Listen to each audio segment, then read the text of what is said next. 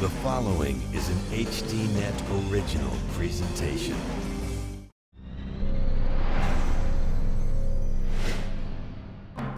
Tonight, NASA's grounding its space shuttle program, and a new space race is taking off. Dan Rather sits down with a distinguished panel of experts to discuss America's future in the stars. T-minus 10, 9, 8. Liftoff of Space Shuttle Atlantis.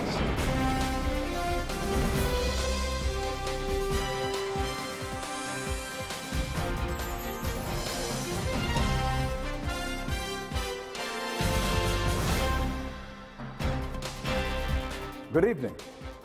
Tonight, our program travels farther than it ever has with a special roundtable discussion about the future of space exploration. While our conversation will take us up into the cosmos, we'll be grounded here on Earth at the Lyndon B. Johnson Space Center, NASA's Center for Human Spaceflight Training, Research, and Flight Control, located in Houston, Texas. Our panel includes some top experts on the U.S. space program, including 3 who have had the rare opportunity to see our home planet from above. Okay, Neil, we can see you coming down the ladder now. The United States has long been a leader in space exploration, and this has been a source of immense national pride and identity. Astronauts are our heroes, and the space program the embodiment of American ingenuity and our ability to make lofty dreams a reality. But since the moon landing more than 40 years ago, American accomplishments in space have been more subtle, and for decades now, the American space program has failed to capture the public's imagination. Federal priorities have gone elsewhere. And now, after 135 launches, the iconic Space Shuttle program is coming to an end. In fact, just behind me, a shuttle the astronauts use for training is already being dismantled. America's space program is entering a new era, one of both uncertainty and promise. We've been hearing for years about a mission to Mars that would reignite public excitement and reassert American leadership in space.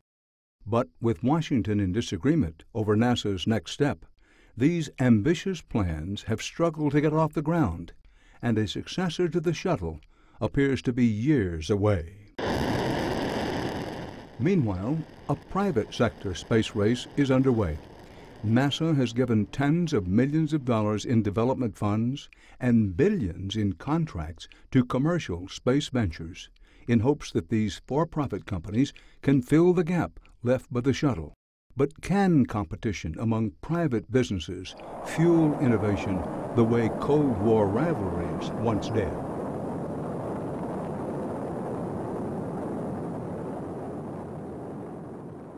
We're coming to you tonight from the Blastoff Theater at Space Center Houston.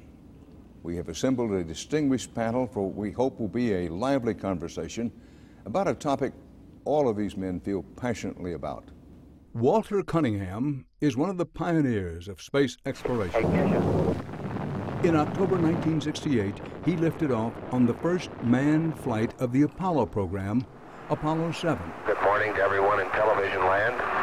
You're looking at the main display console. While in orbit, Cunningham and his fellow crew members sent home these grainy black and white images, the first live TV broadcast from space. More than 40 years after Apollo 7 splashed down in the Pacific Ocean, Cunningham is calling for a return to the lofty goals of those early days of space exploration. And while he has consulted for the private space industry, he firmly believes the effort should be government-led. Hello, everyone. Welcome to the International Space Station. I'm Expedition 10 Commander Leroy Chow. Leroy Chow is a veteran of 3 shuttle flights, and he lived aboard the International Space Station for more than 6 months. Over the course of his career, Chow has worked closely with astronauts from many countries, and he is a strong supporter of international cooperation in space. Now he's a senior executive at an international space company called Excalibur Almaz Limited. Ken Bowersox was a NASA astronaut for 19 years and logged more than 200 days in space. including 5 consecutive months aboard the International Space Station. Now, he's applying that wealth of experience to the private sector as Vice President of Astronaut Safety and Mission Assurance at a company called SpaceX. In December of last year, SpaceX became the first commercial entity to do what only governments had done before, sending a spacecraft into orbit and returning it safely to Earth. SpaceX already has a $1.6 billion contract with NASA to transport cargo to the space station, and the company says its Dragon spacecraft can be ready to carry people into orbit within 3 years. And finally, Bobby Braun. He is the chief technologist at NASA and professor of space technology at the Georgia Institute of Technology. During his 20-year career, Braun has led the design of pioneering robotic probes, like the famous Mars Pathfinder, which sent back vital scientific data and thousands of stunning images from Mars. As a NASA insider, Braun says the U.S. government will continue to be a leader in space, even as private enterprise takes a bigger role. Well, welcome all. Let's get started. Dr. Chow, where are we now? Well, we are in a state of transition because, as you know, the last shuttle flight, the flight of Atlantis, will mark the end of the space shuttle program, a very successful 30-year program. And from that point on, until we get some of these commercial efforts going, the United States will have no independent way of getting our own astronauts into space. So by definition, we will be ceding the leadership of human spaceflight, at least temporarily. Temporarily means what? About a 5-year period? I would say at least 5 years, and probably longer, maybe at least 7 years. With the space shuttle ending, fair or unfair to say that the Russians become the leading space exploration country in the world? I wouldn't say that, actually. We're in a partnership, it's an international partnership with the Russians and other countries right now. We're all working together on the International Space Station. On the space station, the Russians are as dependent on us as we are upon them. It's a true collaboration. Now, in these next few years, it's true that we'll be launching American astronauts on Russian vehicles. But where else in the world, but in the United States of America, would we be so bold, but to say our industry is capable of doing something that only government powers have done in the past? That, to me, that's a true testament of this country's will and strength. But is that true? Is American private industry and capital capable of keeping up with what needs to be done in the exploration of space, in which the Russians, the Chinese, the Japanese, and many others, Europeans, are now engaged?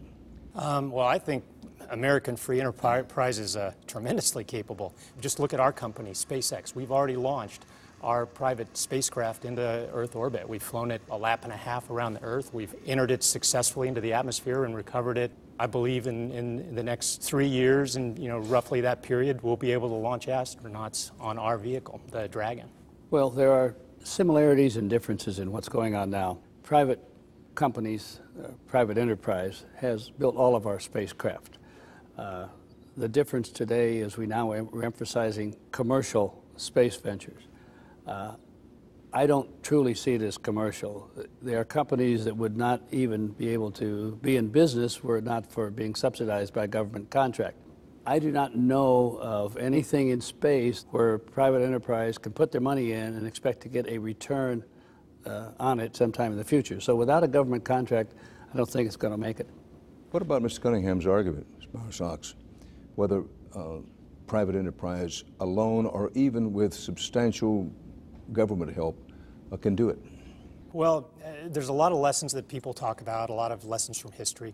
The one that seems to be most applicable to the current situation with private human spaceflight is the example of the airmail industry. In the very early days, the government was the chief contractor for that service. Sure. And it wasn't real profitable. The companies wouldn't have made any money without the government. Now we've got companies like FedEx and UPS. Now that took 70 years, but it started with government contracts. The thing that those early airmail folks had as an advantage, and the things that we will have an advantage as a private company, is that we can bring in additional revenue in addition to the government revenue, and we can apply that towards future development of systems, future exploration. We can do charges for advertising. We could potentially fly paying passengers. We don't have to make all of our profit on that private activity. We can just make a little bit that can be leveraged along with the government funds, and then that will grow over time. Well, the analogy with aviation, the early days of aviation, I don't think is necessarily a really good one in this case, because of those days. You talk about mail, of course. If you wanted to communicate from New York to Los Angeles to California, it was by ship. Then we got the Pony Express, and well, we got the telegraph. And so everybody was trying to shorten that time, which was a huge amount of time. So there was a demand to speed that up. The difference now, I think, with our commercial space companies is they're having to create the market. They're going to have to create that marketplace. Hopefully, they can do that, but it's not a fixed, obvious thing. Commercial enterprises are there to make money, not for exploration. The only entities that can ever afford exploring these, our whole universe out here is government entities, and that's why you see, you know, Russia, China, India, the United States. So I think that aspect of it is what's going to be suffering the most as we go forward, is the spirit of exploration that has so many benefits because you're facing real obstacles and having to overcome them with your new solutions, and those new solutions, that technology feeds out into our commercial area. That's going to be missing. Explain something. I want to make sure our audience understands. You will be in low orbit, right? That's where you and your company hope to make their money. Right. To start with, I mean, the beginning of our business is in low Earth orbit. And lower orbit would be considered below what? Within a few hundred miles of Earth. So that close zone just above the atmosphere is where we want to start our business. But our goal is to go farther than that. We want to enable exploration beyond the moon, beyond Mars. The head of our company talks about going to Mars. I'm focused further out. I would like to see us go to the nearest star someday. But to do that, we need certain elements. We have to be able to get people in and out of the atmosphere, off the surface of the planet. We have to be able to get them from low Earth orbit on out to those distant destinations. We have to get cargo into space that they can work with. It's difficult for us to agree on the destination, but I think the elements for all the destinations are common, and that's why we're working on those elements right now. More of our discussion on the future of the space program when we return. So stay here with us.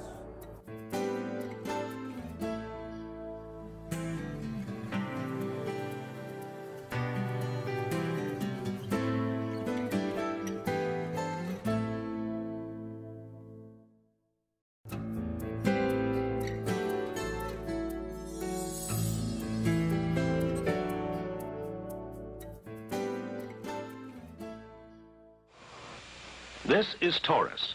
Constructed almost entirely from ore mined on the moon, the Taurus colony would become home for 10,000 people. Ever since the end of the moon program more than 3 decades ago, Americans have wondered what the next giant leap might be. Space colonization, beneficial occupancy of possibly the last and highest frontier. NASA's archives are filled with artists' renditions of future exploration programs that were never to be. Everything from moon bases to Mars missions to mining operations on an asteroid. Few doubt that these lofty dreams can someday be realized. The question is whether we're willing to pay for it. It is time for America to take the next steps. Today I announce a new plan to explore space and extend a human presence across our solar system.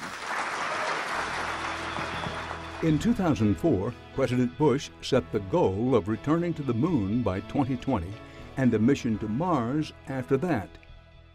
But a few years later, a panel of independent space experts known as the Augustine Committee determined that without billions more in yearly funding, it couldn't be done. The human spaceflight program that the United States is currently pursuing is on an unsustainable trajectory. So President Obama canceled Bush's program and instead proposed landing humans on an asteroid by 2025. But earlier this year, a series of reports from NASA suggested that even this new plan was having trouble launching. The reason was the same: not enough money.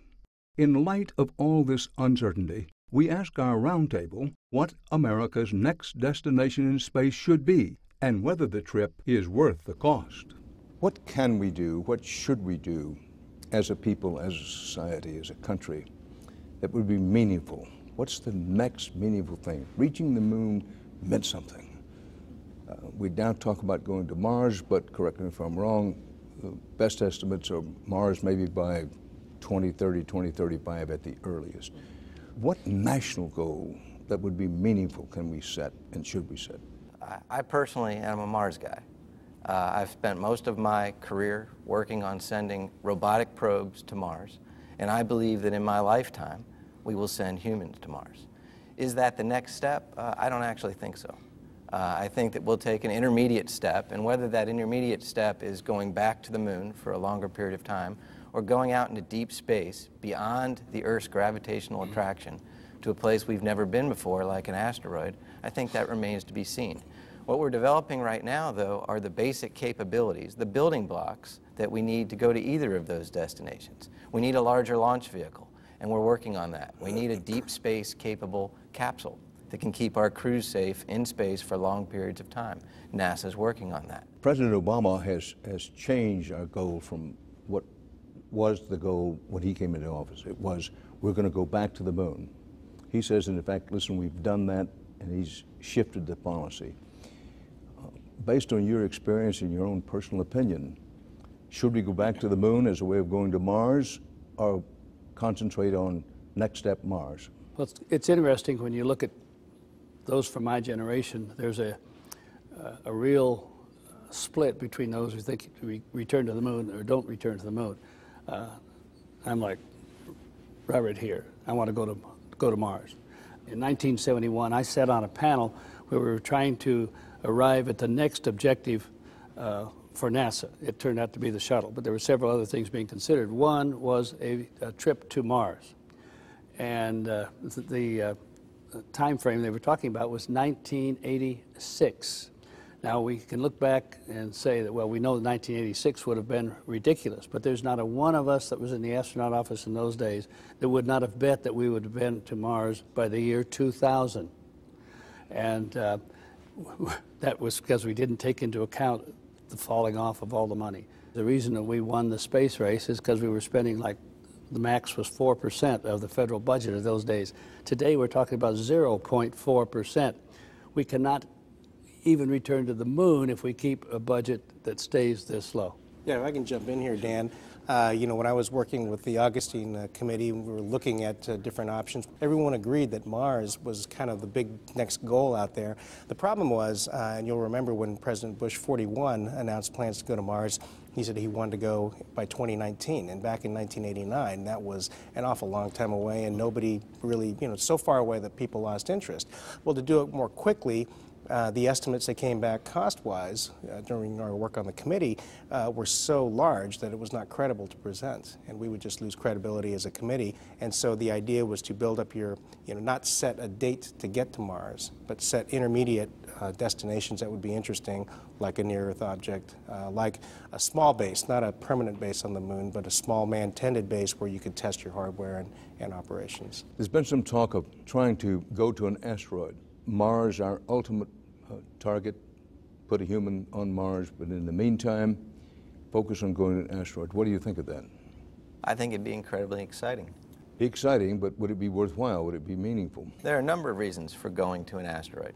First of all, just having humans go out beyond the confines of the Earth's gravitational well, out into deep space for the first time, would be a historic achievement. Absolutely, I agree with Bobby. It's a great intermediate destination. You know, it's something that can be within the attention span of the people. You know, within 10 years or so, we could probably go to an asteroid. We could go visit it. Before we go to Mars, we have to understand and figure out how to keep people healthy in deep space or relatively deep space for, you know, 6 months to a year or even longer, because once you're away from low Earth orbit, you're away from the protective Van Allen radiation belts that trap all the charged particles, and you're exposed to a lot more radiation, especially if you have a solar flare.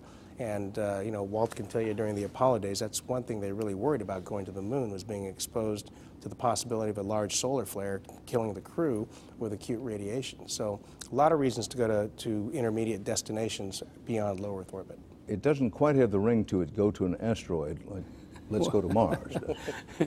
Well, I call that kind of a Mars light philosophy.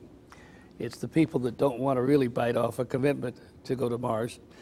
Not that there aren't some scientific returns that you can get, you know, from visiting an asteroid, and some operational techniques perhaps as well too. What about the argument that says, listen, we've been so fixed on putting humans on a far star, on the moon, onto Mars, that where we in the United States should go, not give up manned space flight, but say our concentration will be on exploring with automatons, with robots, with our deep. In other words, why stay in the manned space business? Mm-hmm. Well, we actually do that now. We do explore the solar system robotically. We've had probes that have landed on every planet. They tend to be small and focused experiments. They tend to be pre-planned experiments.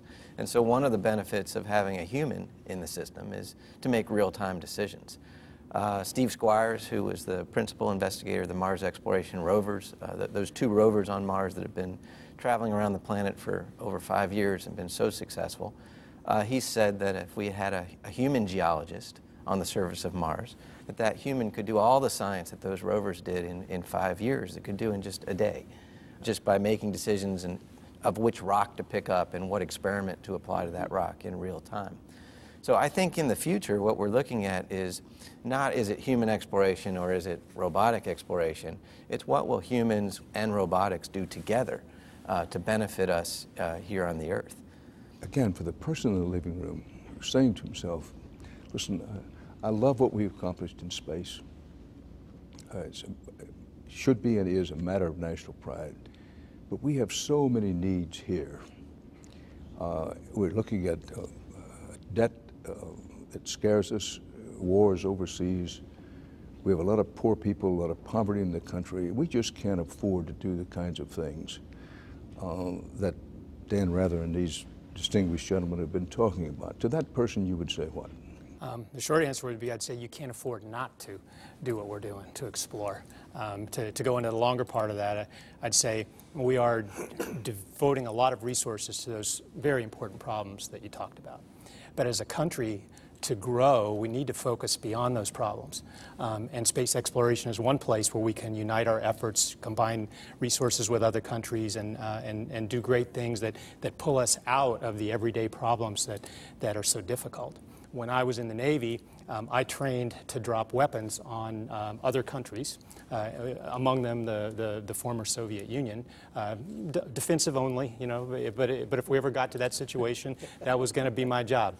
I flew with a guy named Nikolai Budarin. He was the commander of our Soyuz spacecraft. He trained in the 70s and 80s to shoot down airplanes like mine.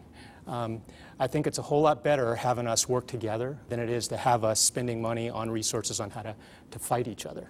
And if I think we can build that cooperation in these international efforts, we'll have a whole lot more money to devote to all the problems that you mentioned. I'd like to follow on to what Ken said. One thing that a lot of people don't realize is we spend, as a nation, we spend half a penny of every federal dollar on NASA. It's not a large amount. But from that half a cent on the dollar, we get all of NASA's science missions, all of NASA's human spaceflight missions, all of NASA's advances in aeronautics that make air travel safer for the public, the protective armor that keeps our police, firefighters, and military personnel safe. The last point I want to make on that is that all of NASA's dollars are spent right here in the United States. They're not spent up in space. They're spent on American jobs, high-tech American jobs that are economically viable and economically valuable for this country. But let's talk about politics and cost. You've been in this game for a long time.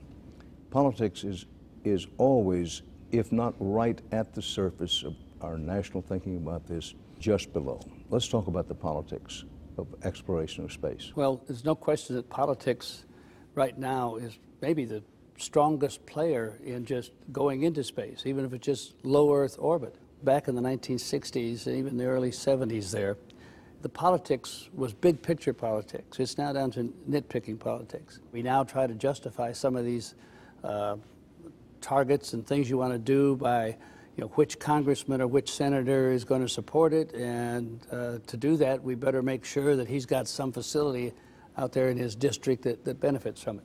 So I think politics has almost taken over. I think it's the driver now on there. So I do not look for us to having near as clear or accomplishable goals with politics playing the role it is now. I think the reality is politics drives everything we do, whether it's spaceflight or anything else. And that's not a good thing or a bad thing, that's just reality. And the reason that countries get into human spaceflight is for national prestige. I mean, there are all kinds of benefits from that kind of spending, from the technology spin-offs to the drivers to the intangibles like inspiring the young people of the next generation, which is critically important. But the fact remains, it's political. It's for national prestige. That's why we got into it to counter the Russians, and that's why we got into this space race, so-called space race, that ended with us landing people on the moon first. That's why you see China rising as a spacefaring power in human spaceflight. Even countries like India have announced intentions to do so, and so we should be the leaders of that international exploration effort. Let me interject. You visited the Chinese space facility, did you not? Right. Well, where are the Chinese? Should we consider them the competitor of the future? Well, the Chinese, in 2006, I was the first American to be allowed to go visit their space center in Beijing, their astronaut center, and got a chance to look at some of their training facilities and some of their hardware. And I would say I'm very impressed with their technological level. They've clearly taken advantage of knowledge that has been gained over the years from primarily the former Soviet Union and Russia, but they've modernized everything. Now, what they lack is operational experience. They've only flown 3 times, and their longest flight was 5 days. They've done one spacewalk, which lasted all of about 16, 17 minutes, as opposed to our spacewalks, which last 6.5 hours doing major construction on the ISS. I remember a few years ago, we had a delegation of Chinese specialists here, including the director of the center, visit the Johnson Space Center. And we went into the Mission Control Center, and we went into into the Shuttle Control Center where they were doing real-time EVA repair of the Hubble Space Telescope. So right on the big screen, you've got astronauts, U.S. astronauts repairing the Hubble. Then we went down to the next control room, to the International Space Station, and with real-time images of operations aboard the ISS. These guys were blown away. We are so far ahead of them in operations. They couldn't believe we're handling all these operations in space simultaneously and making it look easy. Our roundtable discussion on space flight and the future of space flight continues, so don't go away.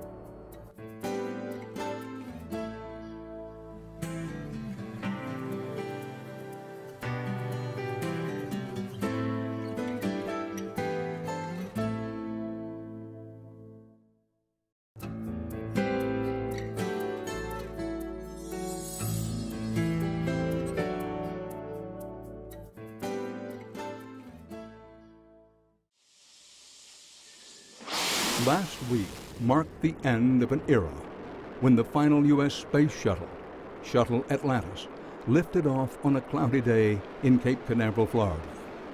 It's the grand finale of a 30-year program that introduced the most sophisticated flying machines in the world. An estimated 1 million spectators gathered to cheer the shuttle's last mission to the International Space Station, where it is delivering a year's supply of clothes, food, and equipment. But when Atlantis touches back to Earth next week and the shuttle program officially ends, the United States will no longer have a vehicle of its own to launch astronauts into space. Private companies like SpaceX are gearing up to fill that void, but until they're ready, space experts are calling this time the gap, and our astronauts will have to hitch a ride with someone else. The space shuttle is finished as of this summer. How do our astronauts get into space? Strictly with the Russians?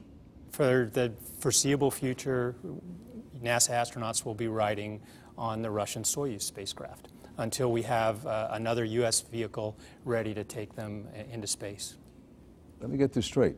And I and every other American taxpayer paying for that, it takes what, $50 million for an astronaut into orbit with the Russians? I think it's up to 63. It's up to 60-some million now, yeah. $63 million. Question to you, can SpaceX do it for less? Well, our target is $20 million a seat. That's if we can get 7 people inside the vehicle and figuring about $140 million per launch. That's what we've advertised to everybody. So we still have a 300% growth margin before we catch up with the Russians. So we have a lot of room, even if we're wrong at 20 million. And we think it's possible. And a lot of people ask, well, how are you going to do that? How are you going to make your vehicle the safest, most reliable, and economical spacecraft? And I would say there's a lot of examples around us, but let's just talk one. Let's look at, say, a GM Cruise or any economy car and compare it to a Ferrari.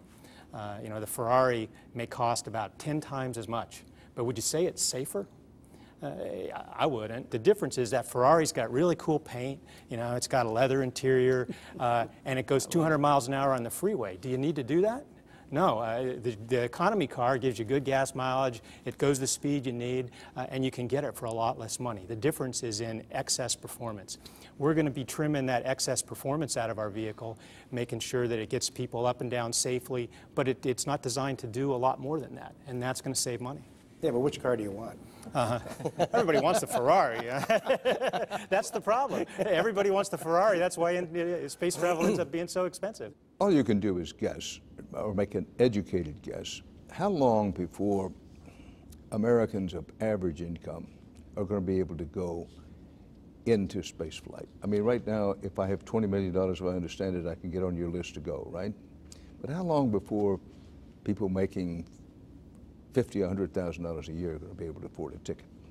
If you just look at the cost of the fuel to get people into space, I think it's going to be a long time before just your average, everyday person is going to get a ride into space like they would buy an airline ticket. Dan, I would say that it's going to be, they're going to take a technological breakthrough before we can get the ticket prices, if you will, down significantly, I should say the seat prices, because the main, by far, the main expense of a space flight is the rocket launcher.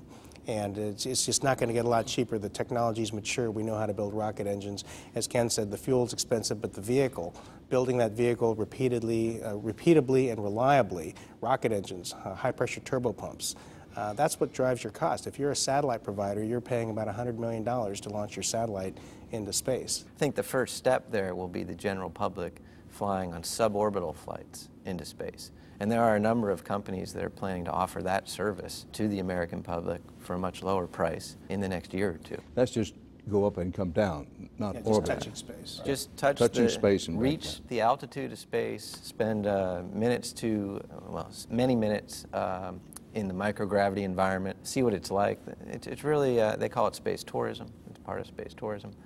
But it's a step towards orbital flights, which are a step towards even beyond. Let me, in the time we have remaining, I'm going to go all the way, beginning with, what question have I not asked you that I should have asked you? Well, one thing that I'd like to touch on real quick is what I think was so exciting about the 1960s and the Apollo program, at least I wasn't a part of it, but from reading about it, was that we were actually flying spacecraft. Let's say we were flying the Mercury, while we were flying the Mercury astronauts, we were testing the systems and the capabilities for the Gemini spacecraft, and on blackboards around the country we were designing the Apollo systems. We had a series of spacecraft in progression, in rapid progression, and that got engineers and scientists and the general public in this country really engaged in the space program. When, in this past decade, we haven't done that, right? So we're retiring the space shuttle this year. That's not the defining moment in human spaceflight. It's the decision that was made maybe a decade ago to not design and test and build the spacecraft to replace the shuttle. That decision was made previously, so that vehicle would be ready today. When I think about the future, where we're headed, we're going back to that Apollo-like mode. We have the International Space Station that's flying, it's in operations. We're working with American industry to get spacecraft back into space, and then NASA is designing on whiteboards today instead of blackboards, but on whiteboards today and in our computers, we're designing the deep space systems, the vehicles that are going to take astronauts out into space beyond low Earth orbit. We're in the middle of this bittersweet time where we are saying goodbye to this engineering marvel, the space shuttle, that's been so good to this country for 30 years. But what we're moving into is a bright future. There is great uncertainty right now, and I think it's unquestionable that we are going to take a dip in prestige, the United States that is, but there is great potential for us to, come out of this chaos, if you will, and re-emerge as the leaders in human spaceflight. I think there are great opportunities internationally. I mean, let's go engage China constructively as we did with Russia. That way we can have multiple paths to the space station and use that as a framework to go to international exploration with the United States in the lead. I'll come to you, Ms. Cunningham, my question. What question have I asked you that I should have asked you? That's a bad question to ask me. There's a number of things that I think we could cover, but let me just focus on maybe some positives here. What can we learn from, like the Russians and the Chinese? We're not talking about what can we learn about from the Indian space program yet, but I mean, they're pretty aggressive also. Well, let's just take the Russians, for example. They're flying the same vehicle with upgrades. They've been flying the same one for the last 40 years. They evolve their stuff. I don't think that their technical capability or their operational capability is near as good as ours. But they have stuck to what they're doing. We built the Apollo spacecraft, we threw the hardware away. We built the space shuttle, we're throwing the space shuttle away. There's any number of things that we've spent money on. It's a start, stop, what have you. The Russians have evolved. We should be evolving our programs. Personally, I would not be throwing away the space shuttle, because the things that are the shortcomings, principally the maintenance and the refurbishment and what have you, we could be using technology to improve that and shorten that and therefore making it cheaper. Look at the Chinese. They started their manned spaceflight program, what, 71, 72? Nobody even knew about it. They are able to make commitments on the long-term basis. They can fund for a couple of years. We don't know what the funding is next year or the next president. I mean, if we could learn to evolve our hardware instead of make it and throw it away, if we could find some way of making long-term commitments for spaceflight, those would be benefits that we could learn from others. What I wish you'd asked me is, why do I think space exploration is important? Why do I spend so much time in my life working on something like exploring space? And what I'd tell you is it's about the future. It's about the future of our kids. It's about the future of all of humanity. 3,000 years from now, I think we're going to have people living on a planet that's orbiting another star. And they're going to look back at what we did now. And all these things that seem so big to us, all these big arguments, are going to seem very small. And they're going to say, those guys laid the building blocks that allowed us to reach this planet and to colonize. And it's exciting to me to be part of that. Well, on that note, I thank you all for being here. Thank you for taking the time. We admire what you've already accomplished, and we dream about what you and others will accomplish in the future. Thank you. Thank you, sir. Yeah, thank you. Up next, JFK's decision to go to the moon. There's more to the story than you might know, so stick around.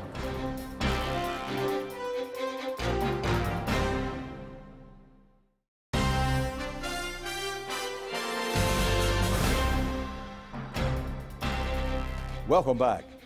As we talk about the future of space exploration, it's important to remember the excitement and the importance of the early days. Some 50 years ago, during the height of the Cold War, the United States and the Soviet Union were locked in the famous space race.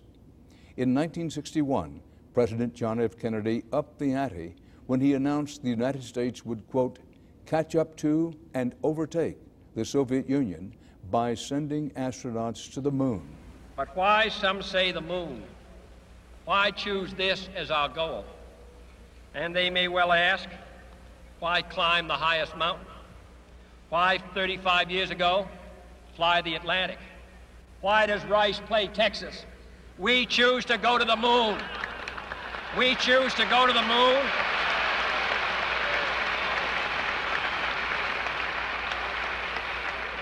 We choose to go to the moon in this decade and do the other things, not because they are easy, but because they are hard.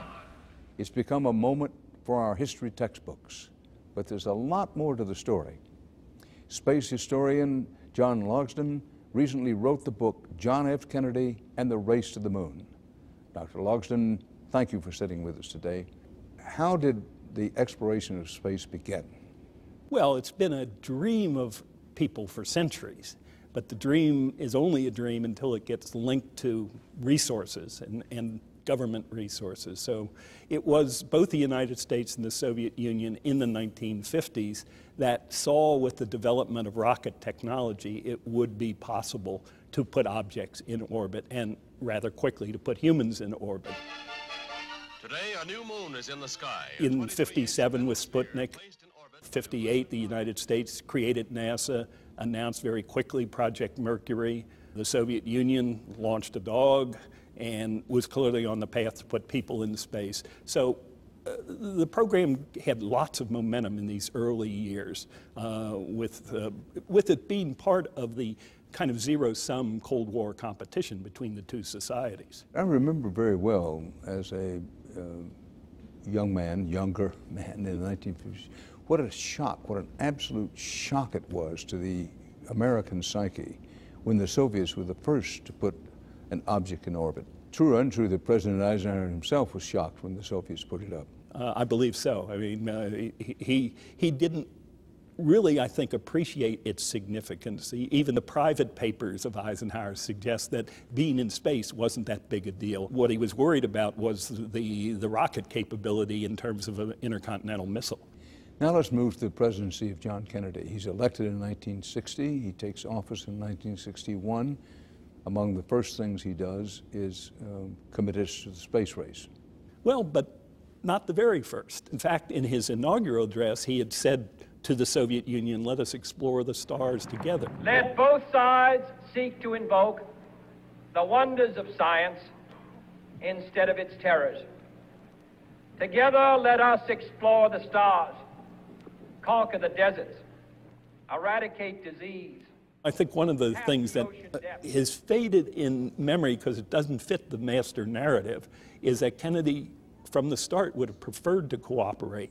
10 days after announcing his decision to go to the moon, the one and only time he met face-to-face with Nikita Khrushchev at a summit meeting in Vienna, he said to Khrushchev, why don't we go to the moon together? And Khrushchev said what?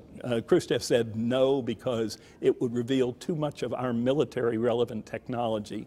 And then at his end of his life, Kennedy went before the General Assembly of the UN, September of 1963, and proposed once again in a very public way, let's do it together. I include among these possibilities a joint expedition to the moon. Why should man's first flight to the moon be a matter of national competition? Now, the John F. Kennedy Library recently released some audio tapes of John F. Kennedy discussing the space program with the then NASA Administrator, Mr. James Webb. What was revealed from those JFK Webb audio tapes? Well, it was kind of the low point of Kennedy's enthusiasm for the program. He was worried about his commitment to Apollo becoming a liability as he ran for re-election in 1964. And so he said, you know, how are we going to maintain support for this program, and implicitly, how are we going to protect me, John Kennedy, from attacks on the program, which had risen in intensity in '63. And his conclusion was to give it a military justification. Right now, I don't think the space program has much political ideology. I think this is a real problem. This looks like a hell of a lot of dough to go to the moon when you can learn most of what you want scientifically through instruments. We got to wrap around a military use for what we're doing and spending in space. If we don't, it does look like a stunt and too much money. Right. I think it's the only way we're going to be able to spend it before the public in the next 12 months. If John F. Kennedy had not been assassinated, what do you think would have happened to the space program? Well, I suspect that somewhere along the line he would have maybe slowed the program down a bit, relieved the end of the decade deadline, But I think he was committed to seeing the program through. I don't think he was ready to walk away. The day before he was killed, he made a speech in San Antonio, a beautiful speech. He talked about the Irish writer Frank Connor writing about kids going across the countryside, and when they got to a wall that was too high to climb, they threw their caps over the wall, so they had to go on. This nation has tossed its cap over the wall of space, and we have no choice but to follow it. President Kennedy is assassinated in 1963. Lyndon Johnson becomes president. Let's assess the Johnson presidency in the space program. Well, with the assassination of Kennedy, Apollo became kind of a memorial to a young president and essentially uncancelable. So Lyndon Johnson provided the resources to get Apollo finished, but did not provide the resources for any follow-on program. So NASA got to 69, got to the first landing on the moon without any clear sense of what once you've been to the moon, then what? That brings us to the presidency of Richard Nixon. We land on the moon, then what? Well, Nixon said, I don't want to put money in space. I'm trying to reduce the federal budget overall. Space is associated with John Kennedy. There's nothing that could be done in my presidency that would bring lots of attention to me. And so he said, give me the cheapest program that will give NASA something to do and keep us going. And the answer to that was Space Shuttle. Critical decision, because there was, if not a national consensus, something near a national consensus. We've landed on the moon, on to Mars. Well, there were certainly a lot of discussion of that, and I think the foundation had been laid for it. Plus, we had the equipment. We had the huge Saturn V rocket, which now we're 40 years later recreating for a deep space program. Nixon just was not interested in the next big thing in space. He got recommendations and very quickly squelched those recommendations to build a big space station, have a transportation system for the space station, which was a shuttle, lunar bases, and then Mars sometime in the 80s. And he said, no, I'm not interested. Let's talk about the here and now. Are we still the leader in space exploration? Well, we're spending on space in the United States more money than the rest of the world's countries combined.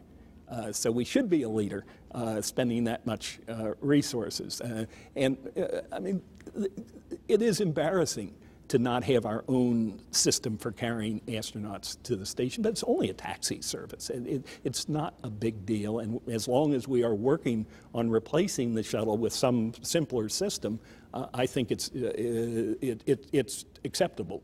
I mean, people miss the point that we are, if you want, 75% owner of the space station, and we're going to be up there doing physics, chemistry, biology, engineering research with our people for the next 10 years. So the United States is going to be active in space.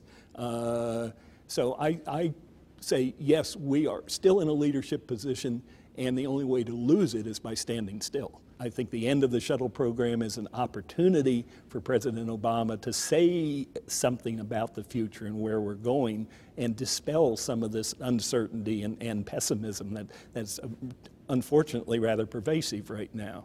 It's a choice we have to make of whether we have a good future or not.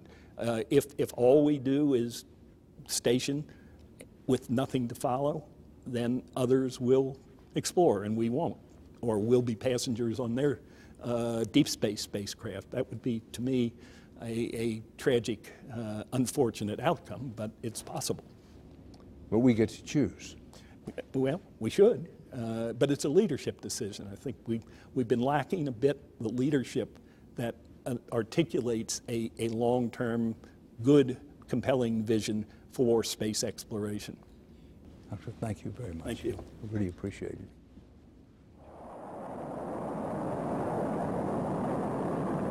Liftoff. We have a liftoff. Liftoff on Apollo 11. For decades, the United States has been the unquestioned leader in space. But remember that it's been more than 40 years since Neil Armstrong took those first famous small steps on the moon. By that measure, our exploration of the stars is not nearly as far along as many thought it would be by now. And with the end of the shuttle, our next step is anything but clear. Will commercial companies fuel another giant leap? Will countries like China take the lead? Will America's ambitions in space be matched by our commitment of both the time and the money it will take to achieve them? We've heard a variety of different perspectives tonight, and our guests have expressed both optimism and concern. In many ways, the future of America's journey in space is as uncertain today as it was half a century ago when President Kennedy proposed the then almost unthinkable goal of a journey to the moon. And that's our program for tonight. For HDNet, from the Johnson Space Center in Houston, Dan Rather reporting. Good night.